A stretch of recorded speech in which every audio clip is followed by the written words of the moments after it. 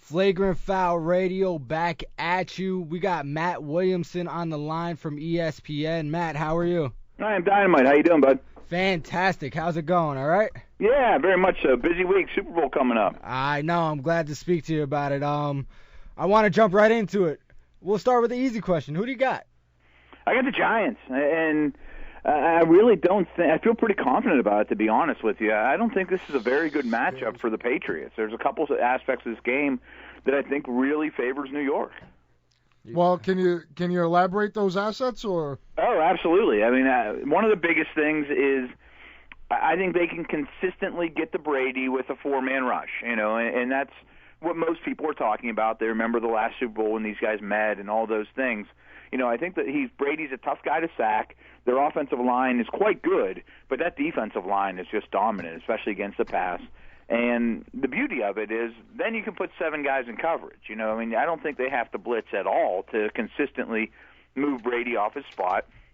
And if you look at the Patriots, yes, they have a great offense, but they don't really have the Randy Moss. They don't have that home run threat. So if you can get 7 guys in coverage and you're not worried about the deep ball, particularly with as good as pass rush as you are, you can clog up a lot of throwing lanes and bracket the Gronkowskis and Hernandez and Welkers in the middle of the field, and really doesn't give Brady a ton to throw at. It's not an offense designed to throw deep outside the numbers or to pick you apart without routes. And, of course, they're going to throw some of those type of patterns. But overall, it's going to be in the middle of the field, and I just think there's going to be a lot of bodies there, namely the 3 safeties that you see in their big nickel package. And then on the other side of the ball, you talk about the Patriots secondary. Well, they let up a ton of big plays. That's a huge problem for them. And the Giants are a big, big play offense. So if they can protect, which, could be a bit of a problem. I think the Patriots rush the passer collectively pretty well. But I expect the Giants to convert a lot more big plays than the Patriots. Now, you threw out a name there that I want to talk about, and that's Gronkowski. I don't know how much more information you have on him than any of the normal people in America do, but you feel that he's going to play. How healthy do you think he'll be by game time? I have no clue, and especially since it's the Patriots, nobody knows anything. They're not going to let anything out. But what's interesting is, I think it's absolutely critical, and that's the key for the Giants, I think, is right off the bat, the first, series or two, you really have to get a feel for how healthy is this guy. Do we have to make him the primary guy to take away like usual, or do we let an injured guy beat us and we take away Welker and Hernandez? Is he out there just kind of running around going through the motions because he is big and strong and can do all things he can? Who knows? But it's a critical component. There's no question about it. And in an article I just wrote for a project I just did for ESPN.com that came out today, I ranked every player in this game from 1 to 106, which is obviously a very tough project. But I had the 2 quarterbacks at the top, and I had Gronkowski number 3. I think he's the best tight end in football. I think he's an elite player. We have Matt Williamson on with us on Flagrant Foul. Matt, Frank here. Where do you have Chad Ochocinco ranked on that list? I'm just wondering. He's had 2 significant catches all year. But I would say in the 70 neighborhood, right in there. Not very high. See, because I look at the Giants' offense, and they have 3 receivers that can catch the ball and you can move the ball to.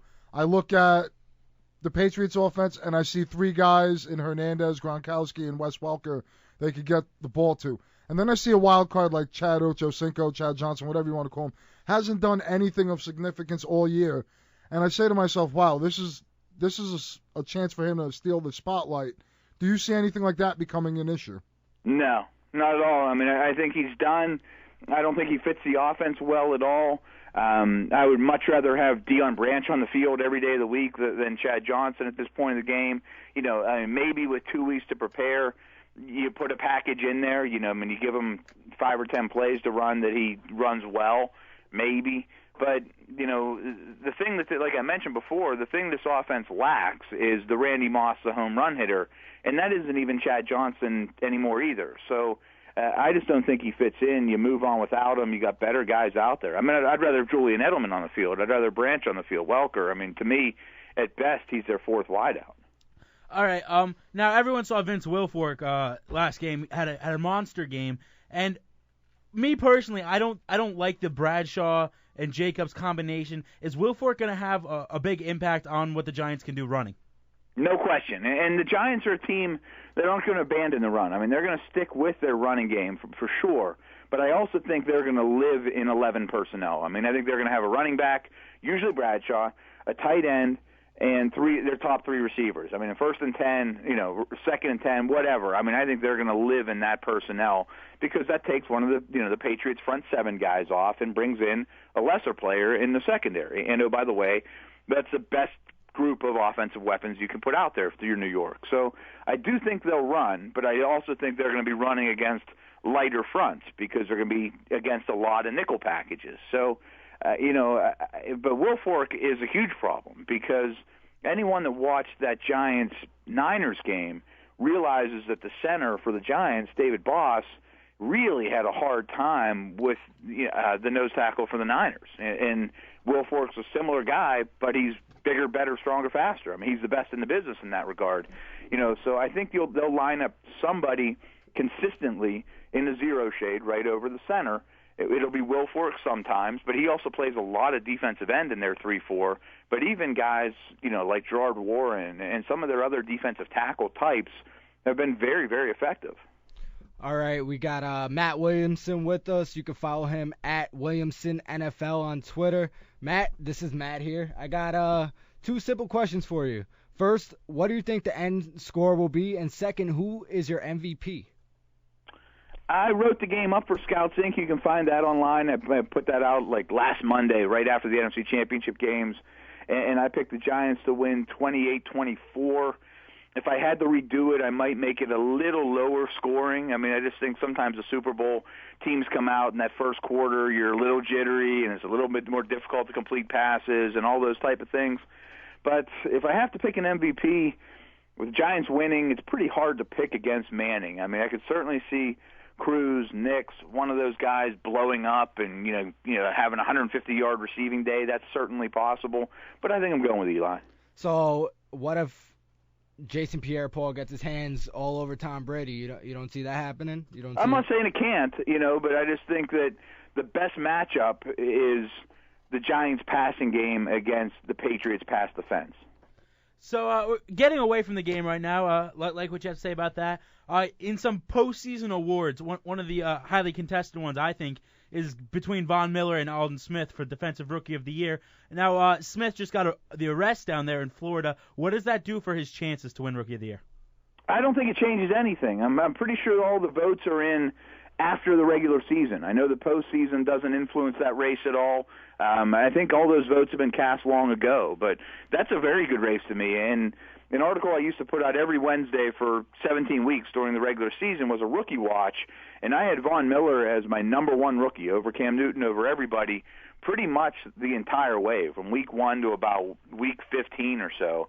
And then in the last week of the year, I put Aldon Smith as my defensive rookie of the year. I just think he did enough at the end to pass him, and I don't blame Miller for that. I mean, a lot of his production fell after he broke his thumb and he was playing with that club that, he just couldn't deny what Smith did, even though he plays far fewer snaps. He's not as good a run player. He's not as good in coverage. I actually think Von Miller's the better all-around football player, but, boy, Smith finished much stronger than Miller. Now, I want to move over to the draft a little bit, and what do you got for the top 5 in the draft? You know what? And don't be afraid to say if you see any trades. After the Super Bowl. I've just been too busy doing NFL stuff. But one thing I will say is I definitely think Luck goes first overall. That's a no-brainer to me. But what I really would be shocked if it doesn't play out is I think RG3 is almost a lock to be that second pick. And I don't think they stay put and use it. I really think Cleveland, now that they have a wealth of picks from their trade for Julio Jones last year, and Washington, because we know they're a very, very aggressive team, I think one of those two moves into number 2 to get the quarterback. Now, I know you just said you haven't been following as much with the Super Bowl right around with us, but they just had the Senior Bowl, and they said that it was a lot of wide receivers were standing out. It's a huge wide receiver class, and Quentin Coples was the other huge name, a DN from North Carolina. What can you tell me about him? Yeah, he absolutely stood out to me watching. I wasn't down there this year. I used to go quite a bit, but again, I'm just too tied up with NFL stuff. That I watched all the practices. I watched the game. He's pretty impressive. I mean, I think the obvious comparison is Julius Peppers. I don't see that explosiveness. Peppers is a really rare bird in his movement skills. But I look at Copels and he looks a lot like a Calais Campbell. I mean, he's big, strong, fast, dominant down there. And a lot of those drills also really favor the defense. If you're going to go one-on-one, the defensive guy should win more often than not. Just like whenever you're doing one-on-ones in the passing game, the receiver should win more often than not. Still, he's a pretty elite physical specimen, and by all accounts, the only problem is just a snap-to-snap consistency with the guy, and that worries you. I mean, if you're going to use 6th, 7th, 8th pick in the draft and give this guy millions, and then he gets there and he turns it off and on, well, that worries you. And I would have to watch more tape to see if that's really true, but that's the report I've been getting. So I heard you say, obviously, Andrew Luck is the lock for the number 1 pick. Where does that leave Peyton Manning? Somewhere else. If you're the Colts, and we talked about it on the podcast today, they're moving to a 3-4 scheme, which means they totally have to rebuild their defense, which they may have had to do anyways. The offense is loaded with holes, assuming guys like Wayne are gone, Dallas Clark could be cut, Jacob Tammy could leave. The offensive line needs help. Saturday could retire. I don't know how you could possibly give Peyton Manning that big of a check for $28 million or whatever it is with his neck condition at his age, no matter how good a player he is. To me, that just makes absolutely no financial sense. So, I think the Skins, the Jets, Seattle really comes to mind. Those teams have to be real interested, but it also wouldn't shock me either. And I'm not a doctor, I don't know, but it wouldn't shock me either if he never plays again. I mean, it sounds like an awfully serious injury. Now, one of those teams you mentioned right there was the Jets. Do you like Manning going there for the betterment of that team, or do you think Sanchez is not up to the level? What do you got going on in New York with Rex Ryan, Sanchez, the whole thing? One of the things I'm kind of like my claim to fame since Sanchez came in the league is Jets fans aren't high on me because I've been bashing this kid since day one. I don't like the way he plays the game. I mean, I will give him credit that he has done some of his best things when it's mattered most, but he isn't nearly – he's very average physically. His accuracy's up and down. They've consistently hit him throughout his career that I don't think he's the answer. And I think it would do his career a ton of good, actually, too, if Peyton Manning came to town, Sanchez just learned in the meeting rooms from him, became the backup, stopped, regrouped, and figured out the position a little bit more. I think the quarterback position's been holding them back for years. So you think if they were to go out there and give up what it takes to get Manning, or they caught him, if they just sign him, that Sanchez would stay on as a backup? I don't know. It depends what their cap situation is. I mean, I don't know that you'd get a lot in trade for him. I would imagine he's making a pretty good buck. I don't know that you cut him because he still does have value. I would have to know more about their specific cap situation. Matt, are you down there in Indy now? No, I'm not. There really isn't any reason for me to. I'm pumping out NFL articles. You'll see them all week. And then I host a huge chat for the Super Bowl, a big cover live chat that we get a ton of people for. Sounds awesome. Everyone, this is Matt Williamson, I'm sorry. Thank you for coming on with us. We really appreciate it. Sure, it was a lot of fun. Take care of yourself. Have a nice night. Thank you. I like him.